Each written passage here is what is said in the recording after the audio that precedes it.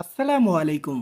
সম্প্রতি ইরানের ৩টি গোপন পারমাণবিক স্থাপনায় বোমা বর্ষণের দাবি করেছে যুক্তরাষ্ট্রের সাবেক প্রেসিডেন্ট ডোনাল্ড ট্রাম্প। ট্রুথ সোশ্যালে দেওয়া পোস্টে ট্রাম্প বলেন, যুক্তরাষ্ট্র সফলভাবে হামলা চালিয়েছে ফর্দো, নাতাং ও ইস্পাহানের মতো পারমাণবিক স্থাপনায়। তিনি আরও জানান, বোমা বর্ষণ শেষে বিমানগুলো এখন ইরানের আকাশ সীমার বাহিরে নিরাপদ অবস্থানে রয়েছে। অবশেষে ইরানও এই হামলার বিষয় স্বীকার করেছে, তবে তারা বলেন এই হামলার পূর্বেই তারা সেখান থেকে গুরুত্বপূর্ণ সামগ্রী অন্য স্থানে স্থানান্তর করেছে। বিশ্ব জুড়ে আলোড়ন তোলা এই অভিযানে ব্যবহৃত হয়েছে অত্যাধুনিক B-2 স্টেলথ বোমারু বিমান, যেগুলো শত্রুপক্ষের রাডারে ধরা পড়ে না। বিশেষজ্ঞদের মতে ফর্দো পারমাণবিক স্থাপনা ভূগর্ভের অবস্থিত হওয়ায় সেখানে হামলার জন্য ব্যবহার করা হয়েছে অত্যাধুনিক বাংকার বাস্টার বোমা। এই দাবি আসে মাত্র ৩ দিন পর, যখন হোয়াইট হাউসে জানিয়েছিল যুক্তরাষ্ট্র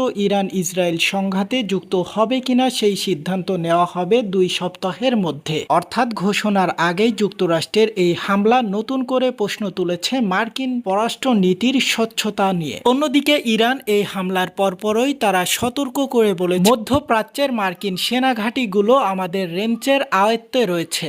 এই হামলার কঠোর প্রতিশোধ নেওয়া হবে বলে জানিয়েছে ইরান। সো হেই বন্ধুরা, আপনারা দেখছেন এই গ্লোবাল নিউজ, সাথে আছে আমি হুসাইন আহমেদ। সকল আপডেট পেতে আমাদের সাথেই থাকুন। সকলকে অনেক অনেক ধন্যবাদ।